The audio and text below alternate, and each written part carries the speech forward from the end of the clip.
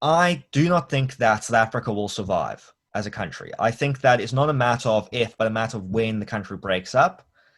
And I think that the goal of secession should not be to force a referendum. I think referendums are a stupid idea, because the only time you should ever have a referendum is when you know you'll win. And if you know you'll win, why are you having a referendum? You should just declare independence.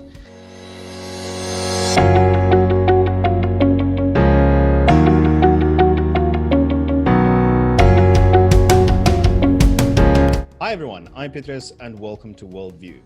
WorldView is a podcast where we explore everyone's perspectives on all things that can broaden our worldview. If you've watched our videos and loved our content so far, please consider subscribing, liking our videos, and donating on Patreon. Today we're talking with Nicholas Woode-Smith. He's only 25, but has already published 21 novels and 6 short stories in sci-fi and fantasy, some of them the best sellers like the Cat Drummond Monster Hunter series. He's also the editor of the Rational Standard, a website dedicated to bringing you constant classical liberal articles, and has been and currently is a member of various political organizations such as the Institute of Race Relations. Nicholas, welcome to the show. Thanks for having me. Cool. I mean, being 25 years old and already having written 21 novels and 6 short stories is actually quite impressive. What exactly motivated you initially to become an author? So when I was very young, in the great times of 2007, before our world was destroyed by multiple financial crises and world revolutions and all that other terrible stuff, Standard stuff, yeah. I got very much into Dungeons and Dragons, and I would be the DM because no one else wanted to be the DM. So for those who don't know, DM is the dungeon master, whose job is basically to host the game, set up the story, and keep things flowing. And that what started my love of storytelling, besides reading good stories. But and as I grew up, I would play games like Spore, which allowed you also to create stories and build worlds. But I also found those quite limiting, that you were confined by game mechanics.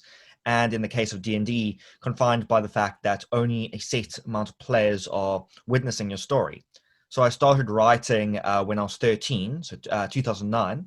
I started writing my debut sci-fi series, the Warpmancer series. And what motivated me was that I think simply had stories to tell, but mostly worlds I wanted to show people. My passion for writing started with world building and has developed over the years to also be more about character and storytelling. That's awesome. I'm also a big fan of D&D, and we have a session weekly. And you kind of have these stories that naturally evolve, but as the DM, you're also supposed to guide them in a certain direction. The tempo at which you write books is like I mentioned, quite impressive. Do those stem from the stories? Like, how exactly do you write this quickly? So I don't actually think I write that quickly, but I'm on a lot of group author communities where they will post how fast they write. So I feel quite slow in comparison. I know a few authors who push out full-length novels every week. They have two of them have had heart attacks though, so I'm not aiming for I can't imagine aiming for that. But I think it's not really about speed. Now, I do type very fast. I've been typing since I was first got my first PC in 2007. See, it was a good year, 2007. So there's a lot of practice there, but I think it's more about discipline. It's not really about how many words you can push out per minute. It's more about ensuring that you write for a certain amount of time every day in order to reach a deadline. For me, I will set strict deadlines for how many words I want to achieve every week, and I will make sure I achieve that quota and try to surpass it. And because I'm self-employed, the punishment for that is basically just self-guilt. Which is very stressful, but it works. And also the incentive of trying to get these new books out so my readers can enjoy them, and hopefully that I can make some money out of it. Yeah, but, I mean, being self-employed, the financials are also something that limit you in terms of how little you can write per day, I'm assuming. Exactly, yeah. It's also, though, it's harder because I'm not... So I have done freelancing before, and freelancing is a great thing of, you write, you do your project and you get paid. So I would do freelance writing, paid per word, and I write exceptionally quickly. So I have a very skewed idea of how much a person is supposed to earn hourly because I write so fast.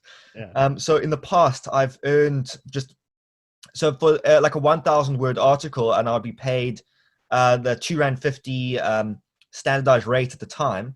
So I'll make 2,500 rand in an hour. And I'm like, and then I'll see people, my friends who are like doing real jobs who are being paid maybe like $500 an hour. And I'll be like, why are you doing that job? But I realized the problem with freelancing though is answered by the reason I'm not still freelancing is it's hard to find clients. Yeah. And with the global economy as it is, people aren't going to hire freelancers. They'd rather cut content. But that's why my main business is producing my own products, which are my books. But then those also lack an immediate incentive of being paid because you have to rely on marketing the book, and you're always going to make a initial loss before you make your money back. So after paying for covers, editing, advertising, a lot of advertising. But then as you gain a fan base, then they're going to buy it, and reviews come flooding in, and then and that's where you get your dopamine, which pushes you and keeps you going.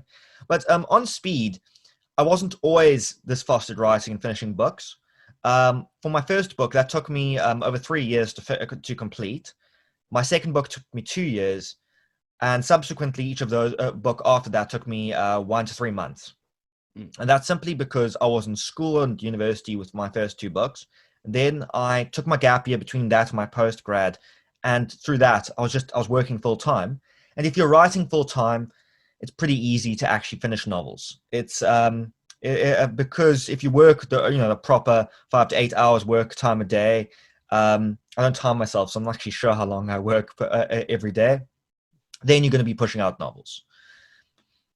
I mean, you also obviously enjoy this quite a lot. I mean, Yes, being able to produce this is there's a dopamine rush, and when it gets published, when it gets read, and so on. But the stories itself, telling is also a bit of its own reward. What exactly part of the writing process do you enjoy the most? Is it like the monumental scenes? Is it the smaller stuff? What exactly is the detail that you go into there in terms of enjoyment?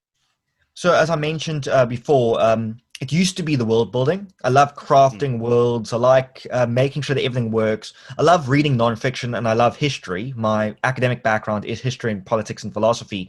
So I like constructing a coherent background for my world, for my stories.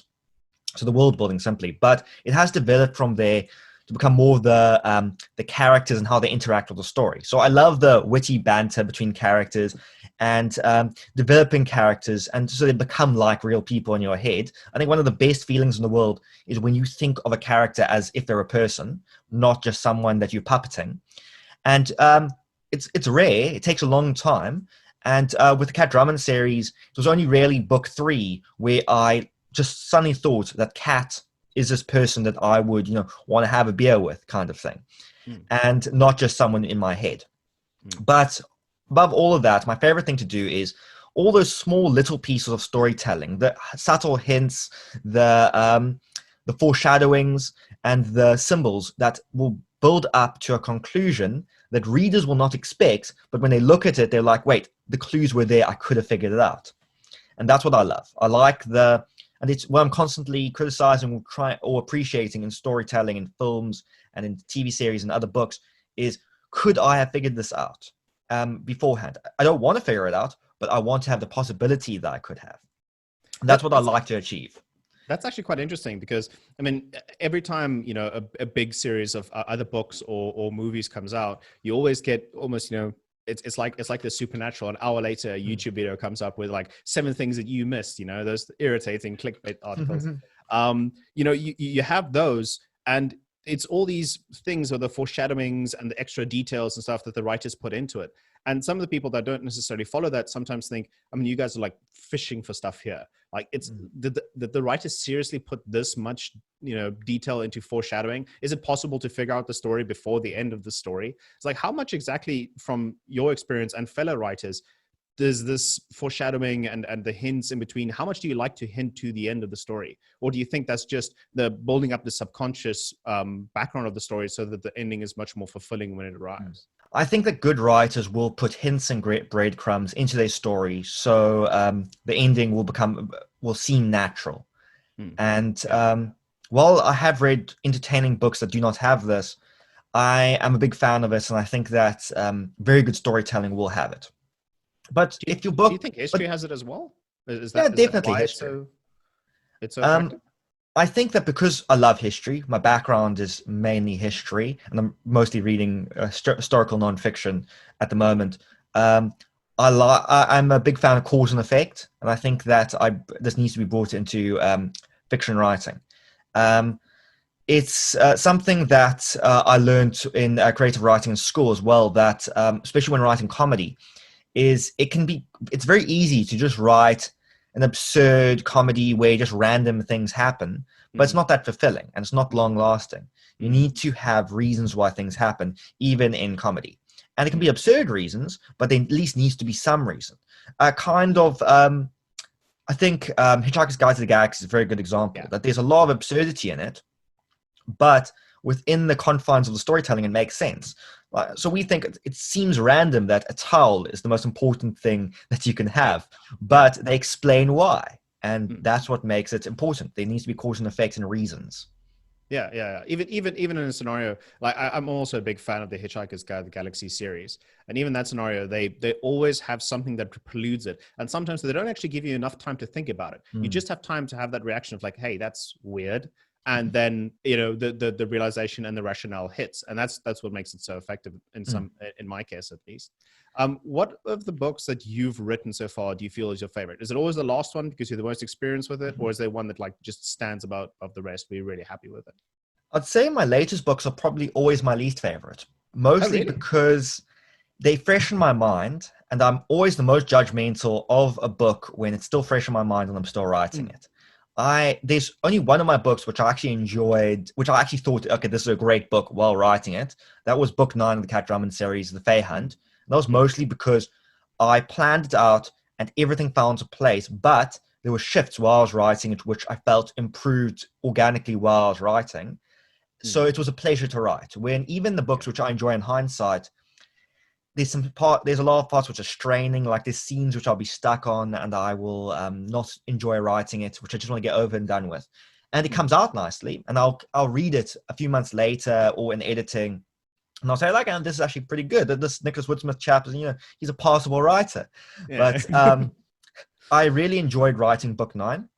Yeah. I think that the way that I structured it before writing it was very clear. So it Yeah. was just a pleasure to write. It's not my favorite one of my books, though. I will say Okay. that there are possibly 2 books which are my favorite. Book 3, because it's the book which I felt that people were invested enough in the series by that time that I could start taking risks. Mm, And the risk that I took was that it became a lot more philosophical. It right. started going much more into ethics, much more into discussing religion, Mm, and it also allowed my character to be vulnerable mm, and allowed her to actually air her views. And she starts, and this is possibly why she became more human, is that she was able to start discussing what she actually believes. mm, And even though it's one of my older books, and I think that I have improved as a writer since then, I still like it for that reason. mm, The other yeah. book, which I think is great because it allowed me to take some of my new writing skill, but without the baggage of the series, is the side story to the Cat Drummond series, Blood Hunter, which is a prequel following one of the side characters.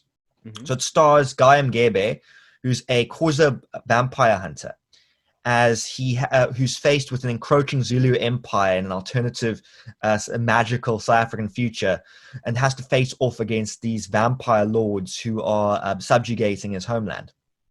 And I really enjoyed writing that because I mm, had to put in a lot of effort. I did a lot of research into Zulu and Xhosa mythology and customs, but mm, also I just enjoyed being able to look at this world from some new eyes, and get into someone else's head, because I'd been in Cat's head for so long. That was yeah. good it was fresh getting into a new one. Also, while series are the big money spinners, and I also enjoy series as a format more, I think that long-term storytelling, you can do funner things, which I enjoy, like long foreshadowing, like revealing a villain in book 1, and then they only really become the main villain in like book 9. Mm, Um, the yeah. um, There, Give some I input. also enjoy the standalone because the standalone allows me to be quite concise and allows me to tell a good story without having to worry about a long-term arc. And while the Blood Hunter does connect to the main series and this definitely sets up conflicts in the next series, it allowed me to tell a story without having to worry about the long term, which allows me to be also it also forces me to put in a lot more effort into characters because I know that I don't have a lot more books to develop them. But it also allows me to be a little bit freer. That I don't have to worry about this character. Maybe people won't like him because he's not going to appear in the next book type thing. So I enjoyed Blood Hunter a lot, and readers who have read it enjoy it. But because it's not part of the main series, it is less popular, which is always a problem. I knew when writing it there was going to be a passion project. Right. That's actually, I mean, if you look at series like big popular series that either got converted into movies or TV series such as the Game of Thrones and stuff like that, once they get almost this, I want to say critical mass in terms of a following, there's definitely a scenario of what people want to happen. But there's also a case where they start to trust the writers because they enjoy the series, so they trust them. Like, I don't know what comes next, and that's the part that I enjoy. They can take risks, they can go a bit crazy about it. But sometimes surprise merely for surprise's sake it has the exact opposite effect, where it's like a backfire onto the audience. So taking risks and stuff like that. Do you always feel that the ones where you take risks and they're not necessarily already invested in the series, that those will always be less successful? Or do you think that the one-shot series like the one you just described now can also be a massive hit, even though you're coming in from this completely blind, the characters don't have an entire series to develop and stuff like that? I think it's always thing about risk is that it's like a gamble. It can pay off and it cannot. You don't really know. I wouldn't do it at all if I didn't think it would have any possibility of success. Okay. I think that with risks and storytelling, if you stick to storytelling fundamentals, and if you believe that this is good enough, then there's going to be at least a few readers who are going to enjoy it. Right. I think the problem with things like Game of Thrones is after they got off of the Martin's source material, it became a story by committee. And we know from sayings and history that committees are very bad at doing things, especially doing collaborative storytelling. I think it would be far better if they actually played a D&D game and sorted out the story that way. A big problem with Game of Thrones as well is that they wrote things with an algorithm that basically it became trauma and shock porn. Which is shock for shock's sake type thing. That's true. Also, they did not consult experts and on things. So the early Game of Thrones battles are really good. And they stick to, in general, medieval tactics. Obviously, they get things wrong because battles in real life are not as entertaining as battles as we want them to be in the cinema. The problem but they did stick to general basics. Archers behind, pikemen in front, that type of thing. But season 8 had that dreadful battle at Winterfell. It's so long. Winterhold or whatever. I forgot. It's been a long time, and Game of Thrones has just been wiped from my brain because of how terrible the last season was. But putting the trebuchets at the front and just abandoning them, the battle did not make sense. So I wouldn't even call that a risk. I would just call that a complete misfire because they did not consult anyone with half a brain cell of military knowledge. How do you think this is even possible? I mean, because you'd think that, with that much risk riding on it, people would actually be more prepared. Or do you think it was a time constraint thing? They were pushed for results and that's where they make obvious mistakes. So with that battle, I honestly don't know how they got away with it because it should just be basic that you have walls, you put your troops behind the walls. You have ranged weapons, which once they are mobbed by the zombies, you can no longer use them. Keep them behind the walls. Also, especially that they have an arching firing arc, so you don't need to fire straight. Now, I can understand if you have a Gatling gun that only fires straight, that you put that at the front. But they weren't using that. They're firing up. But there's some very good channels which criticize battles in fiction. Can't remember the name. There's this one guy. Baz Battles? Might be him. But there's a Right. lot of them. Shadowversity does quite a lot, but I find Yes. his videos are way too long. Yeah. So Yeah. and they tend to be quite repetitive, so I only watch a few. But there's another guy, and I think it's with Generation Films. If I stand to be corrected though. And but I think battles do not have to be unrealistic to be entertaining. Now, there's definitely things that you need to keep in mind, and stuff that I always explain to my dad, who's like was in the army. He's like, "Oh no, those guys are too close. And they, they're going to be shot." I'm like, "Okay, well, I don't mind that because cameras have constraints, and having people spread out accurately, you're not going to be able to see them on film. It's going to be a bad shot. So I want things to look good on screen, but that doesn't mean you have to be stupid.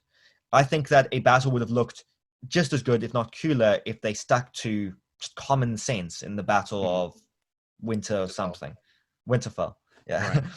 Winterfold, whatever. Yeah, Winterfell, yeah.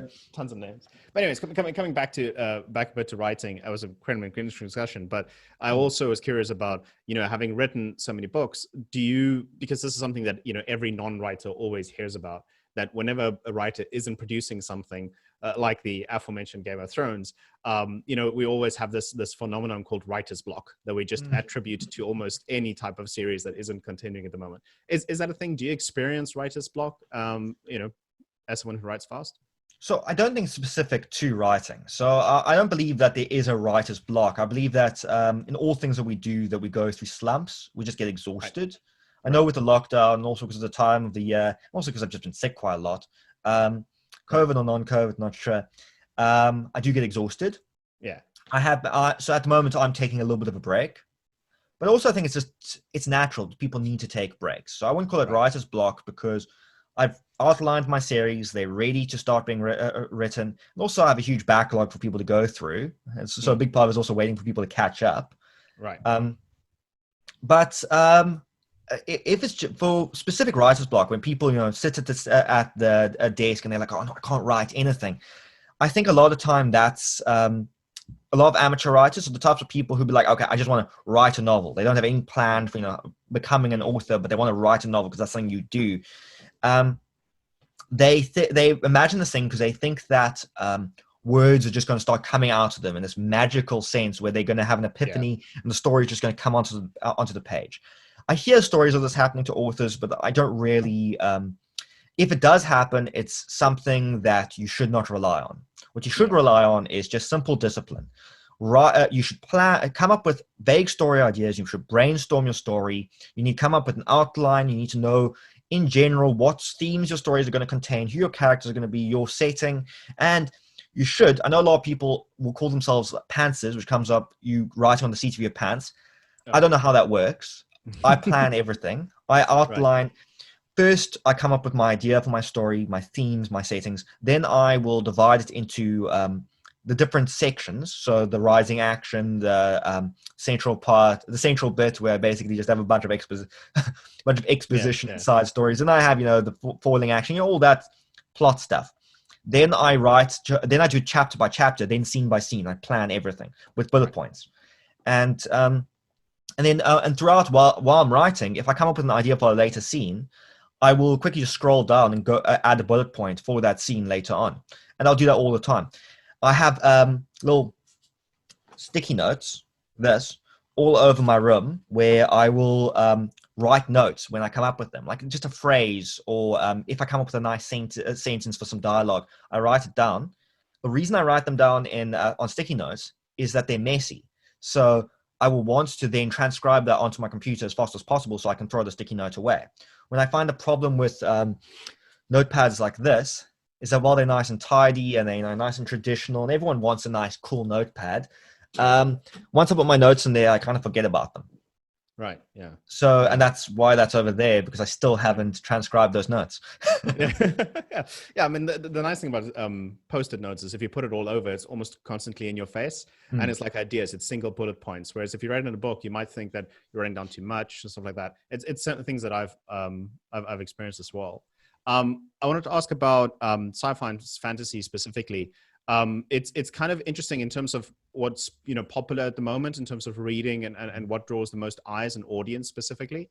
I remember that back in I think it was like 2001 or the early 2000s, the X-Men movie series finally came out. And that was some of the first movies where they took, pure, superpowers and sci-fi and fantasy, and they tried to give it to a broader audience with, serious appeal. And then obviously the Lord of the Rings movies for fantasy did exactly the same thing, bringing something that was not quite as popular in terms of a large audience, and then broaden that as well by just being just that damn good. And so over the past years, I want to say 20 years, we've actually seen more and more and more with Marvel films and other fantasy books and series gaining more and more audience, and be able to get more and more people to listen to this and be interested in sci-fi and fantasy. So this has definitely been a growing trend in terms of what's interesting, what's popular, and audiences. But do you still feel like by particular choosing to write sci-fi and fantasy that you're limiting your audience, that there's only a certain percentage of people that will really be interested, and that the larger ones, the other ones like fiction and maybe more popularly, more generally popular series would be better in terms of getting a bigger audience? So I think that's always going to be a risk whenever you categorize your fiction. But the problem with not categorizing your fiction is that people will then have no expectations when looking at your series. And if people don't have expectations, they're not going to hype your series, which means they're not going to even try reading it. You have to categorize your books into genres so people know what they're dealing with. So they know, okay, I've enjoyed fantasy in the past, so I will enjoy this book because it claims to be fantasy. Well, I may enjoy this book.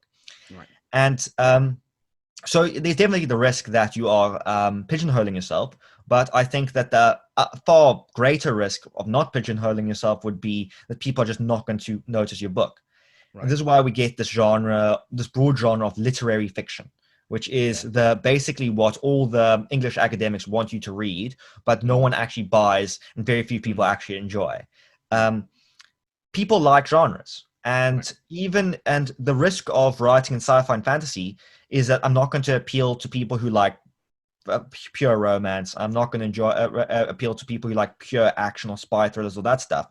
But if I was to write spy thrillers, people who like sci-fi won't enjoy my books either. Right. But also what I like about sci-fi and fantasy is some people would argue they're not even genres. They argue that they're more of an aesthetic choice. They're more of a broad philosophy of writing. That sounds a little bit pretentious, but but it's also revealed by the fact that sci-fi and fantasy is divided into so many subgenres. You don't just get sci-fi; you get hard sci-fi, you get space opera, you get space marines, you get fleets, star fleets, you get all these weird other things. And fantasy is separated into high fantasy, epic fantasy, contemporary fantasy, urban fantasy, paranormal romance, all these other things. And then those will separate into even smaller things with their themes. So if you go into urban fantasy, then you go into wizards, then you go into monster hunters, then you get into werewolves and shifters and all that other stuff. It's because people want to know what they're getting into, so they want very specific categories. In fact, I think a big problem with my sci-fi was not that I am not appealing to a broad audience, but that I was slightly too broad with how I defined my sci-fi. So that's why. So I'm not appealing to those niche audiences. But even then, I'm not worried about saturation. There are a lot of readers in the world, and a lot of readers love fantasy and sci-fi. So saturation is far off my list of worries. By the time I get there, I think I will be retired. If I ever get there. I also want to. You talked about I want to go as far as say what you said is not pretentious in any way or form. I feel like sci-fi and fantasy has this fantastic capability to be able to explore historical happenings in a completely different scenario. Even sometimes what happens is they'll take an extreme version of something that happened in history, portray it through sci-fi in a ridiculous setting, and that highlights the irrationalities and the situations in it, so it can be discussed more thoroughly. And that actually brings a philosophical element to analyzing sci-fi in a way. It's like you can enjoy it, sure. It's it's not real, and it'll I don't want to say will never be real, but certain things will probably never be real. So you don't have this risk of thinking, okay, this is going to happen, I need to worry about this. You can just enjoy it, but you can also take a philosophical angle to it as well. And that's a part why I also quite enjoy sci-fi and fantasy. And we have this fantastic series like Star Trek, which basically the Enterprise was just a vehicle for them exploring a vast number of different classical philosophical scenarios, and then seeing how these characters would react and how they create. Is that a game that you also play when writing your books? Because I know you do weave it into your books, but is that something you actively think about when you do it? And how much is that also a big part of what you enjoy to do? Putting philosophical messages into my book. Right. Those subtext and exploring those scenarios. Oh, definitely. So going back to my history, I definitely like using historical scenarios, playing with alternative history, speculative history, and also just trying to see. I love medieval history, and I think that throwing fantasy into a modern setting changes the game a little bit, which allows you to kind of put medieval things into a modern setting, saying, okay, what happens if we put some dragons against an M1 Abrams? Yes, yeah. And what happens if people have magical plate mail that reflects bullets, which kind of returns battles to like melee combat? So I do definitely love playing with those concepts and also bringing up philosophy. So as I mentioned earlier, in Cat Drummond book 3, I discuss a lot more about ethics. Ethics is probably one of my favorite branches of philosophy. And a lot of the time, the cat will be faced with moral ideas of, does he have the right to kill this certain being? Is self-defense really an actual argument? Because it gets a lot grittier than that. And also, a lot of the time she's preemptively striking. So would that even be self-defense? But and also goes into religion and political philosophy. There's a lot of politics, especially in the later books, because I knew that the readers are hooked now. I can start doing boring things like politics. Yeah. And I definitely do enjoy it. I'm not going to be one of those authors who are going to say, no, this is a very intelligent book that you're going to expand your mind. I'm not going to go around and say you read this for intellectual urban fantasy, because I find people who say that, and I'm not going to read their books. But I definitely enjoy it when an author writes a book that's fundamental purpose is to be fun, but then puts in these intelligent themes. Kind of like you're unboring politics, actually, by doing exactly. this. Yeah. It's exactly that. Really cool. That's really cool. I definitely like to put in these themes, and I can discuss the themes if you would like. Yeah, actually, in terms of how do you combine your political interests with your writing, and like how would you describe your political philosophy in terms of how you combine that? If you go into that more detail, I think that'll lead into the next section quite nicely. So while I'm not actually a fan of what I call preachy fictions, I do definitely have political messages in my books. But the way that I'll distinguish that from preachy fiction is all books have a message, and all books have political and philosophical themes. But a preachy book is very unsubtle about it. It's like bringing a sledgehammer when you should actually be using a screwdriver.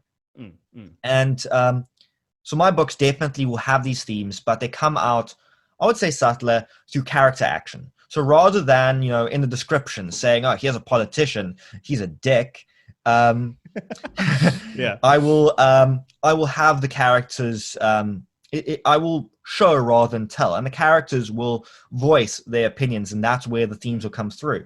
So while my political views will come through, it will not come through the author as a narrator. It'll come through possibly the characters themselves. And even then, some of the characters disagree with me, and I have disagreements with my main character, Cat Drummond. I'm working on her.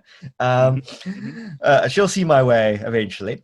But we do share political views. We generally share a view of government, which is that I think it would be best just to quote Cat Drummond here. So from book 9. When asked what her political views are by a politician, long story, she replies after a heavy sigh, "I'm a frustrated anarchist. I just want to be left alone, but I know I never will be, because there are always psychopaths wanting to rule and sheep willing to follow them." So Cat, like me, definitely anarchists, don't trust authority, don't trust government, but we also don't think that anarchy is going to be achieved. Right. So it's kind of trying to create a compromise with that. So she avoids political authority as much as she can. She doesn't like cops. She calls them ticks. and it goes into the theme of how she doesn't like cops, and she has to work with cops quite a lot because she's a monster hunter, and a lot of monsters are created by humans who fall within the purview of the police. So she has to work with cops sometimes, and she ends up befriending some cops and getting along with a few, but also making enemies. And so I don't try to show this, blunt instrument that all people who work for the public sector are evil, because that's false. But Kat will also generally say that as much as there are cops who she respects, she doesn't respect the profession because of those inherent flaws that a cop is going to be rewarded regardless of what they do. And as long as there are bad laws, cops will be inherently bad. Yeah. So it's almost like they're limited by the system more than the individual, or is it because they're brought up in the system that they generally follow the lines? Sorry, it's more that the system is inherently a problem. It's right. that, for example, with ESCOM, which is one of my big interests. I've written a lot of papers about ESCOM and why it sucks. It doesn't matter how competent people who work for ESCOM will be. They might be able to hold up the roof for a little bit, but eventually the system is just broken inherently because public sector monopolies don't work, because they do not have the incentive to do a good job, and they do not have access to information, to proper information, because they set their own prices, so they are immune to the price system, price signals. And you need price signals to be able to actually do business, and to and the problem with that is because we had overly cheap electricity in the 90s and before, the economy grew unsustainably, and now because this public sector monopolies just destroyed everything else. And with cops, the problem with them is that Kat Drummond, she's a monster hunter who works hunt to hunt. She feeds herself based on which monster she's killed. If she doesn't get, if there's no monster to kill, or if she fails to kill a monster, or if her hospital bills pay for all of her, or just sap up all of her paycheck, she doesn't get anything.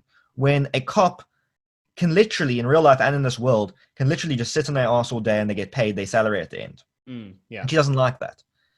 And that's a fundamental problem with them. It is. It's a very important, almost I want to say, it's more important that necessarily whatever side of the argument one lies, that the argument is being had is way more important, that the discussion is being followed through.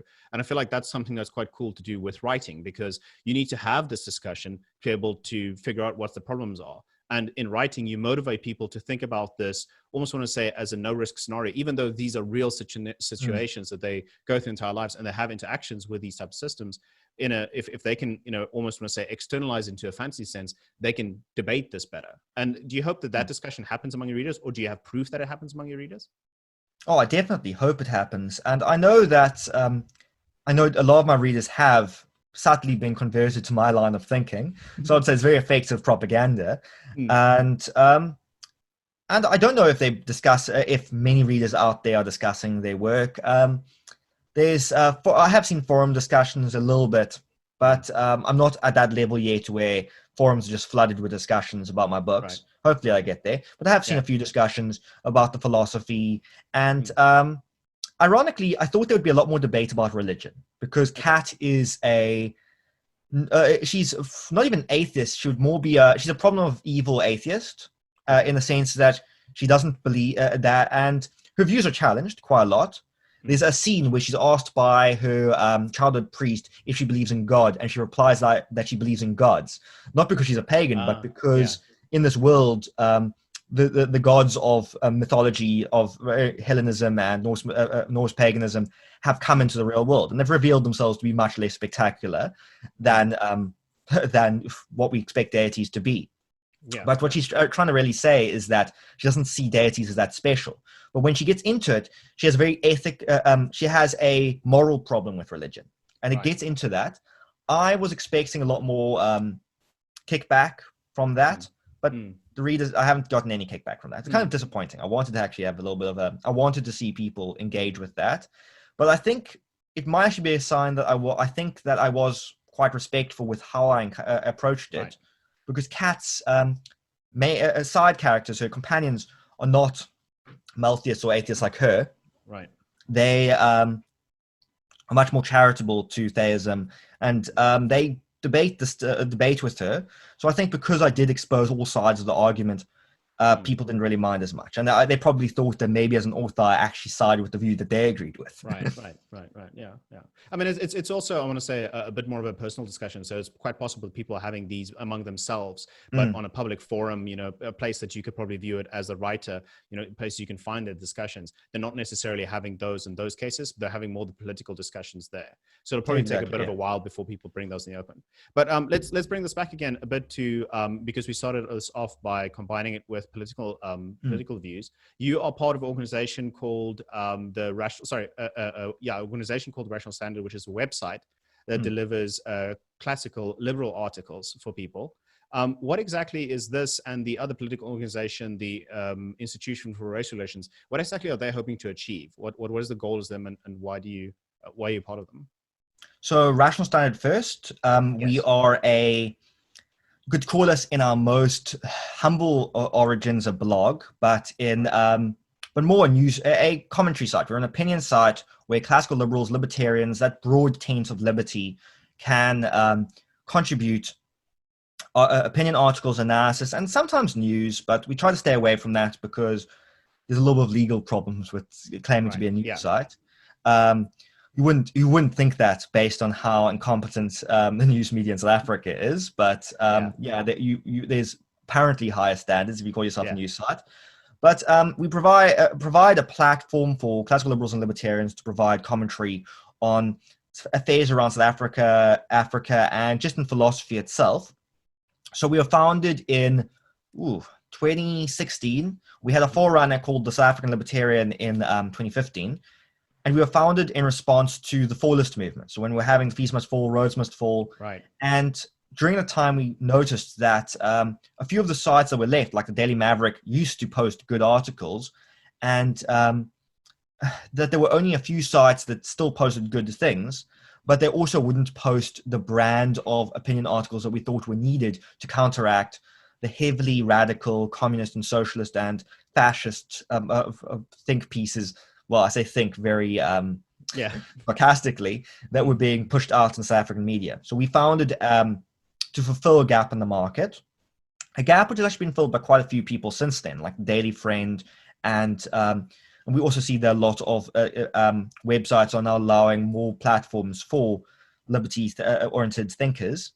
And also a lot of podcasting has also just taken over, and we have all these podcasters who are also providing. So Rational Standard doesn't have as much of a purpose since we still have a purpose. We don't, but our purpose isn't as niche as it used to be. It used to be that there was no other platform for these people's ideas, but now there is, and so we're just one of the platforms. So we continue like that, and its purpose is simply to provide an exclusive platform for liberty-oriented thinkers.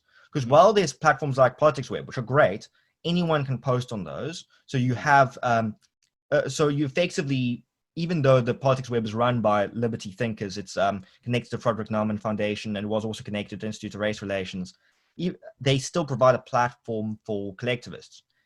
And our philosophy was, why should we provide them with a platform when they don't provide us with a platform? Right. So, and it's also an admission that all media is biased. And we want to admit our bias, because we believe that all people should admit their biases. There's even with things like statistics, which are probably the most biased, but people think that numbers can't be biased. I mean, as a data scientist, I can tell you numbers can be biased. Exactly, yeah. And the Rational Standard simply was just, we were providing honest liberal commentary about South Africa and Africa. And we're not perfect, nobody is. But we did provide a platform for a long time, the exclusive platform for a long time.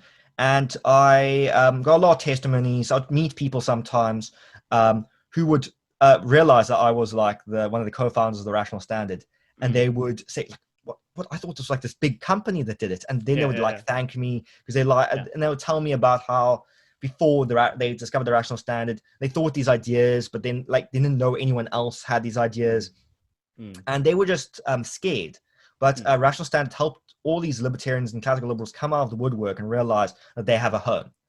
It also helped a lot of our writers it didn't help us, but it's helped the movement in general, that the rational standard ended up becoming almost a training ground for professional classical liberals and libertarians. A lot of our writers graduated to go on to the Free Market Foundation to work at Sarkolika and the Institute of Race Relations.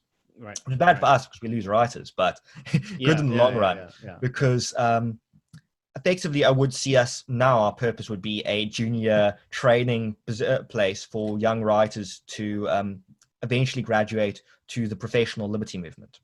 Right. So now the Institute of Race Relations. Oh, sorry. Yes. No. Sorry. I want to say the Institute of Race Relations. So the Institute of Race Relations is one of South Africa's oldest think tanks. It was, I think it was founded in 1948, might be earlier than that, but very old. And its name at the beginning was to basically try to provide reason-based liberal approach to South Africa's race issues. Right. But today they still do that to a degree, but it's mostly trying to contest the terrible, arbitrary and irrational communist and socialist policies which just pervade our society. So the Institute of Race Relations is a classical liberal think tank, borderline libertarian. A lot of people call them conservative. I don't like the term conservative because I think it doesn't actually mean anything. And they very big, they self-sustainable.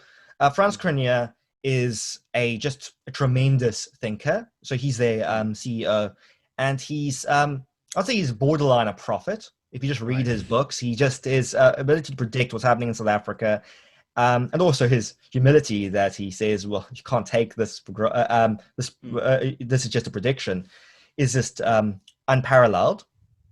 And he's also exceptionally good at running a business. And he realized the Institute of Race Relations, even though it's a non-profit, needs to run like a business or it's going to fall apart. Right. So he wrote an article recently, and he discusses this a lot, where when the first corporate donor to Institute of Race Relations cut their funding because of some controversial policy that the Institute supported, he framed their letter of cutting funding. And it was a point of pride because he's built the Institute to be unflinching in its ideals, and also to be self-sustainable. So it doesn't need these corporate donors. It's nice if they get them, but it's supported by people who believe in the cause. So now the Institute of Race Relations, I'm on their council. So I am an elected official who basically just supposed to keep them accountable and all that. I hardly ever do my job because Franz Grenier is just doing such a good job, and all the people there. It's a nice, lazy job for me. It's unpaid, so it's good that it's lazy. Yeah. And so the Institute would be one of the organizations in South Africa which I say you should support if you believe in a positive future for the country. So you would need they support free markets, individualism, reason, free speech, civil liberties, all that good stuff. And there's a lot of controversy in the news at the moment because the Daily Friend, which is their opinion site, and Rational Standard's biggest competition, not really because they have way more resources than we will ever have. So they've basically just taken the limelight, which is fine. At the end of the day, what matters is the cause. Right. And also lets me focus more of my time on what I actually enjoy, which is writing my fiction. But there was a lot of controversy about an article about criticizing Christianity. And a lot of people have cut their funding of the Institute based on this, and a lot of conservatives have attacked the Institute.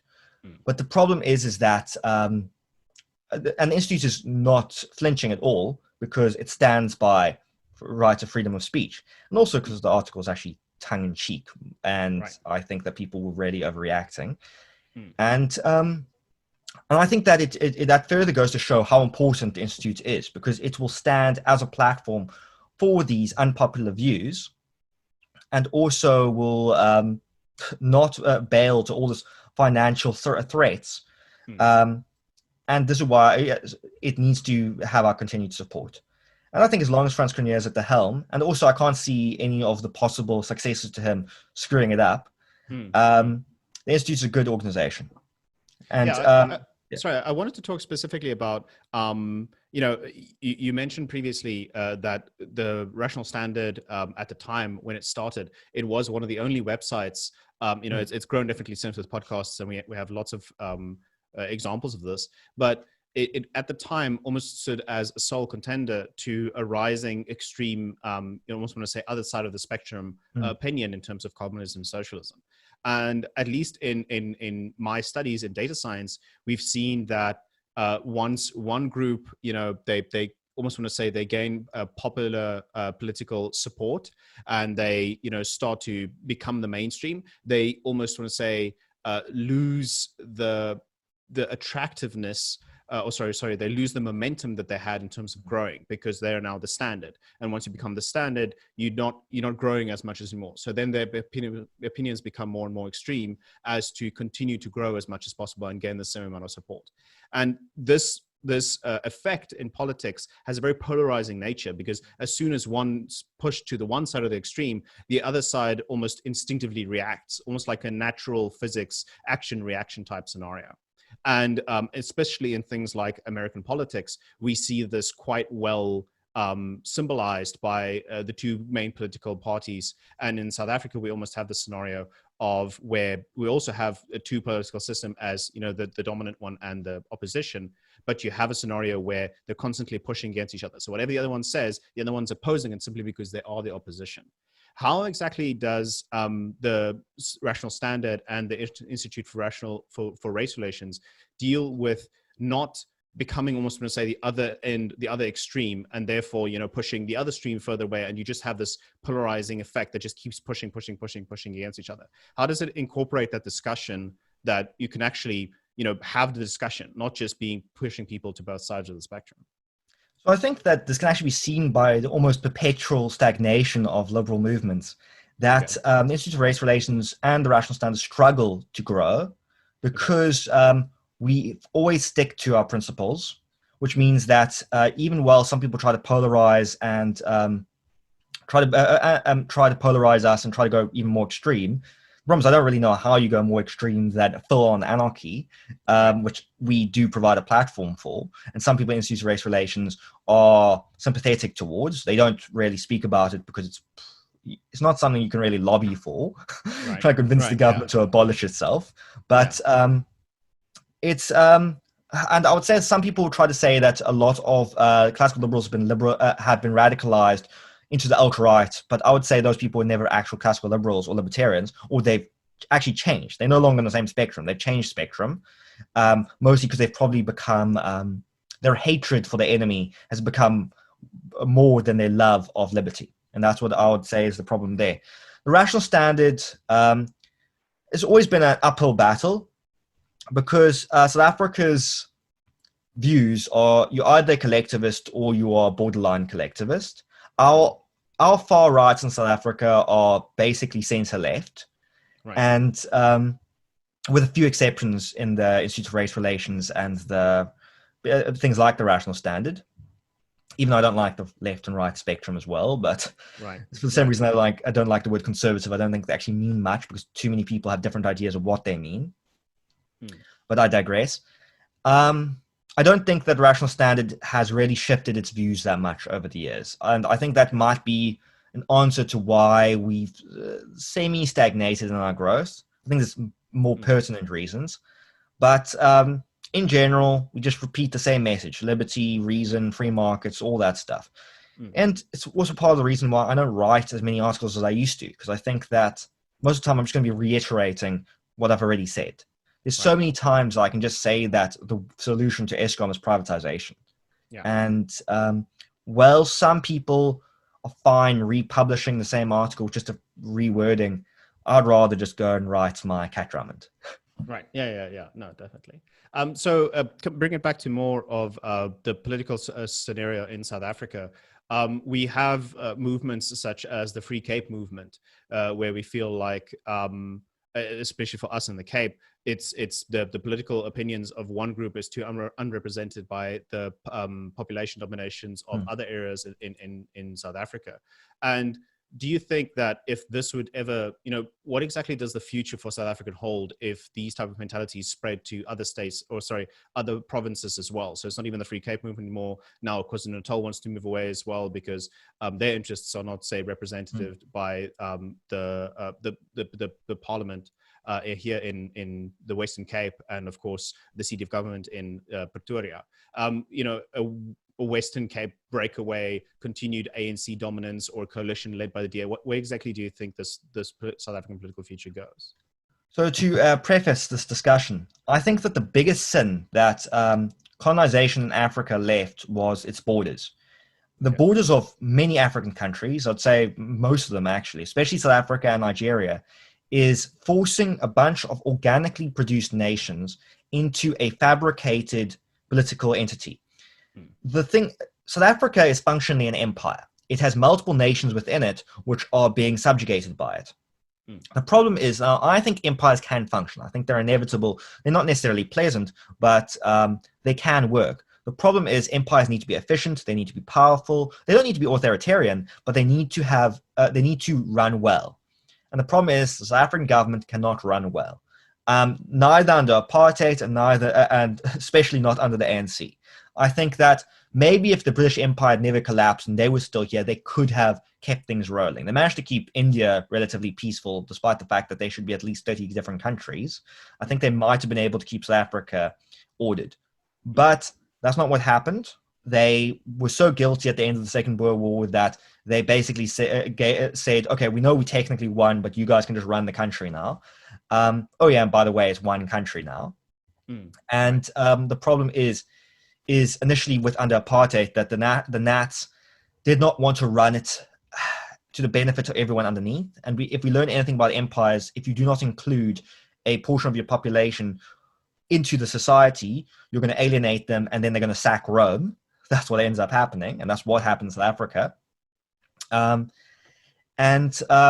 this is what's happening in South Africa today, is that we have this extremely inefficient, incompetent government trying to rule over a bunch of people who, even if they're not conscious of it, want to be in their own independent countries. Now, secession itself is exceptionally hard. Now, I support Cape secession. I'll tell people I'm not South African, I'm a Cape Townian. I identify with the Cape, and even then, if I'm being very strict, I'll say I identify with the southern suburbs of Cape Town. I will go Claremont secession. But the Cape is very unique. It's politically unique in that it is, I would say, an actual functioning democracy. It's a liberal democracy with institutions of work, with skilled administrators and bureaucrats. I don't even think that's thanks to the DA. I think that even if the ANC got in charge, if they didn't fire our bureaucrats, the Cape would still run relatively fine. We have a political tradition here that is sophisticated. We are a European city in Africa, or as close as we're going to get. And this is why people say that we are the first world part of South Africa. But then the rest of South Africa is a banana republic. It's has inefficient government, and it's not interested in democracy. It's either run by tribal systems, or it's run by patrimonial networks of corrupt leaders basically exchanging favors. And for all intents and purposes, a lot of the population do not seem to care or mind this. And this is why the ANC keep getting elected. And this is why the FF are gaining votes, because people want more of that. And they want the false promises of socialism. I do not think that South Africa will survive as a country. I think that it's not a matter of if, but a matter of when the country breaks up. And I think that the goal of secession should not be to force a referendum. I think referendums are a stupid idea, because the only time you should ever have a referendum is when you know you'll win. And if you know you'll win, why are you having a referendum? You should just declare independence. And I think that the goal of secession should be to secure a local government that is pro-secession. This is what the Cape Independence Advocacy Group is doing by lobbying the DA, which I think is probably the best thing to do at the moment, because as much as the DA is irritating, they do hold power in the Cape. So if you can win them over to secession, we basically already won. Because after that, it's just a matter of time before the country falls apart, and then we can just secede. And there's nothing that the South African government can do about it, because there will be no South African government in anything but name. So I think it's very important that regional blocs who want to be independent nations need to start preparing for this inevitability for when South Africa finally just collapses as a country. And so we don't stick like an undead state like Zimbabwe. Yeah. I mean, I do want to say that, from the other side of the argument, there are benefits to I don't want to say collectivism ideas because it's more of an economic principle that I'm highlighting. There's benefits to globalization in terms of Oh, no, definitely. resources and knowledge sharing and stuff like that. But that almost always bleeds over to political opinions because the economics are so inherently tied in terms of where people travel, where they go to work, and what they do. Do you believe that there's a possible system where you give you have a country of South Africa, but you have a more, also want to say, one of the possible solutions is a federal system, or perhaps one more where the different states have their own, not states, provinces in the United States, their states have their own autonomy in terms of how they're governed and how they work. But there is a spirit of cooperation in terms of the rest of the country, in terms of economics and how things fare. Because in the past, we've seen that. I think South Africa is an example of that in terms of Africa as a whole, where if one state, when allowed to be self-governed and they possess the different perspectives that makes them economically successful, that the others just generally migrate that way. That's kind of that's kind of a scenario as to what brings about the polarization in the UK, for example, is because they advanced economically, they became a quite rich country, and then all of their colonies just moved there, and now they have an immigration situation which is not necessarily sustainable. So that, again, is the problem with allowing one party to be governed themselves and become so much more successful than other parties, which has other views. Is there a way to balance this and have a nice, almost want to say, collaborative solution, or do you feel like pure independence is definitely the hardest but best way to go? So I think that the problem with wanting to go for federalism is that the ANC would never go for it. They're an absolutist centralist government. They believe in, at best, a strong central state, and at worst, a strong central totalitarian state. And I do not think that. I think they would force the country into being like Zimbabwe before they allow a federal system. And this is something which I think that it's a pipe dream by the DA to think that they could go for this, especially seeing that the DA doesn't even open their mouths about federalism anymore. It's a dead topic, sadly.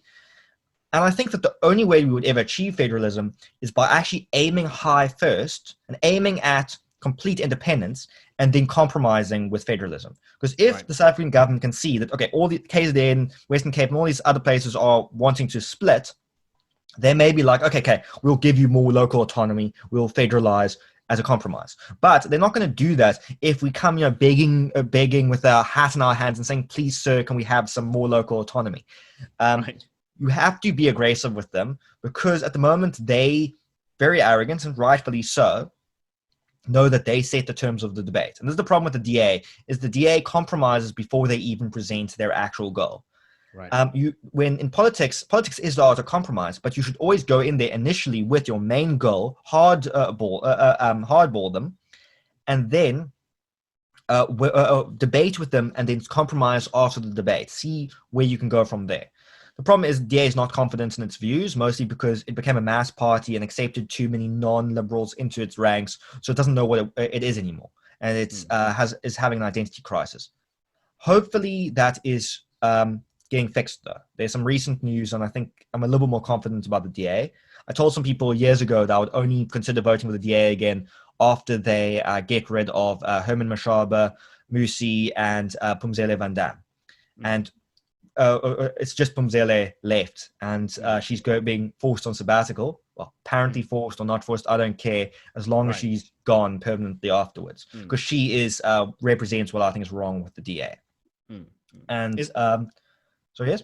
Sorry, no. So is it because that the concepts that they try to go for the most popular, almost want to say the one they think that has the highest, the largest audience as we related to sci-fi and fantasy, because they're trying to go for the popular opinion or the moderate opinion, that they're actually too lukewarm. And that the almost want to say the two ideas, again, I don't know you, I know you don't like this, but this is common what people describe it as, the two sides of the spectrum. As you have communism and socialism on the one side, and the other side you have, classically the people call it conservatism, but those ideas are attractive because they're almost want to say simplified, whereas ideas that are truly moderate and balance things out, such as libertarianism, is just too complex of an idea for people to formulate. Is that why it doesn't get as much support?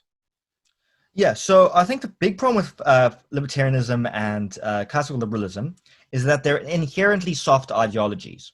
By soft, I mean they do not tell you how to live your life. They're not absolutist. There's no you're not like required to march on this day or line up for your food coupons there. It's basically the ideology of leave people alone. People will leave you alone, and just get on with life. And a lot of people don't like that because it's not prescriptive enough.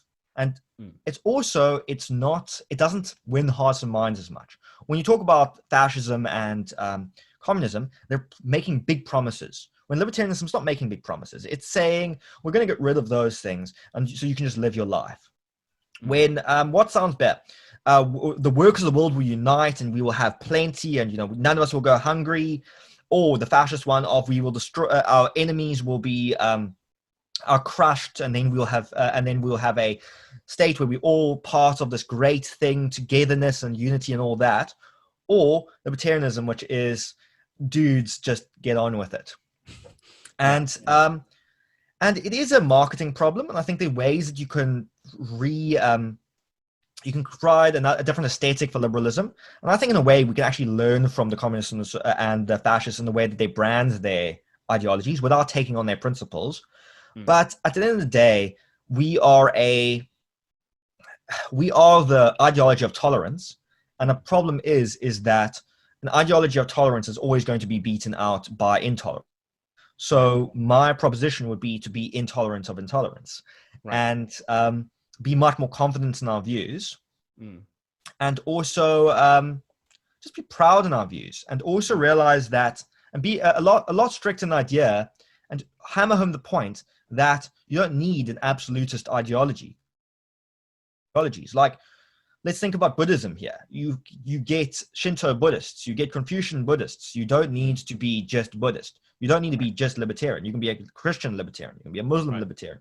You don't need to base your entire life around libertarianism, because libertarianism's idea is how does the state interact with the individual, not how do you interact with everyone else. Right.